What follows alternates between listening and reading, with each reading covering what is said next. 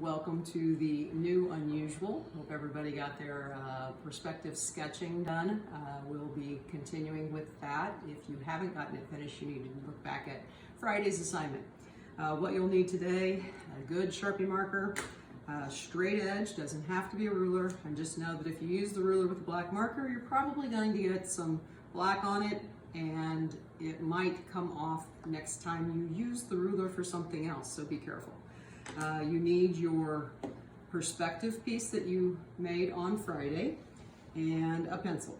So today what I want you to start with is just by taking your pencil, and I've already made the marks, but put a little dot in every other polygon. Then go to the next row. You should not have any where there's a dot on top of one that already has a dot. So every other one, every other one, every other one, and so on. The next thing you want to do is you're going to take your Sharpie marker and your straight edge, and you're going to outline the two lines at the top, and you're going to do that on both sides.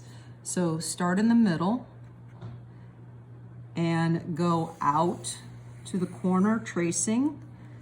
Same thing, start right in the middle and go out. And then you're going to fill this in, and you're just going to work carefully filling that in. I pretty much dried out my marker working on mine last week. And once you've done that, you'll finish that, and you'll do the same thing on the other side. You're going to trace over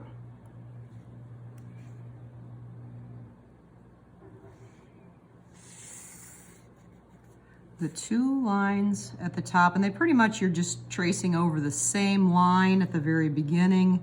It's so narrow that they just are not, you're not going to be able to tell the difference between the two lines. So fill those in. You're going to do that on both sides.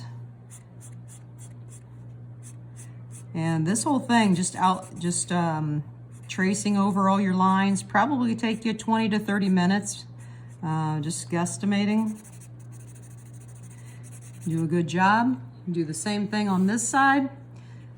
Then you're gonna do that, and then you're gonna go over all of the lines with your Sharpie marker, even make them thicker than what you see them here.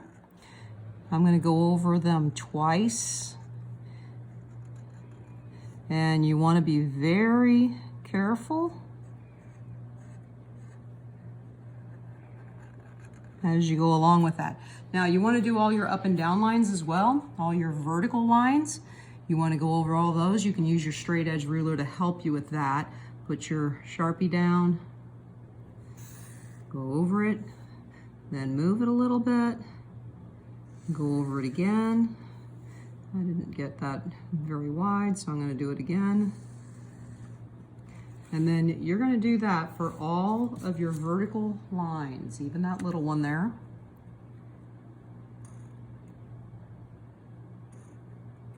Okay, you're going to do that for all your vertical lines. You're going to go over all of these archway lines, and you're going to go over all your converging lines.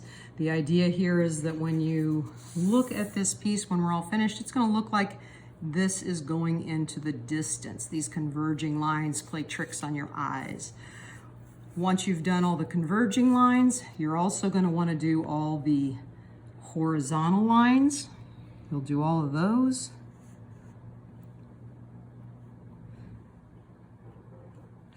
You get all those done, and it's going to look something like this.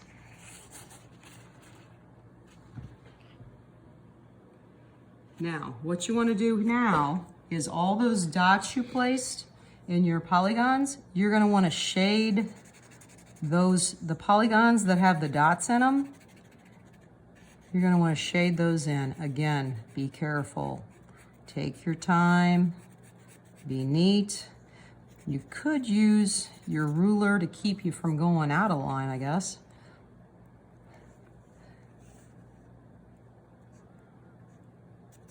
And you want to fill in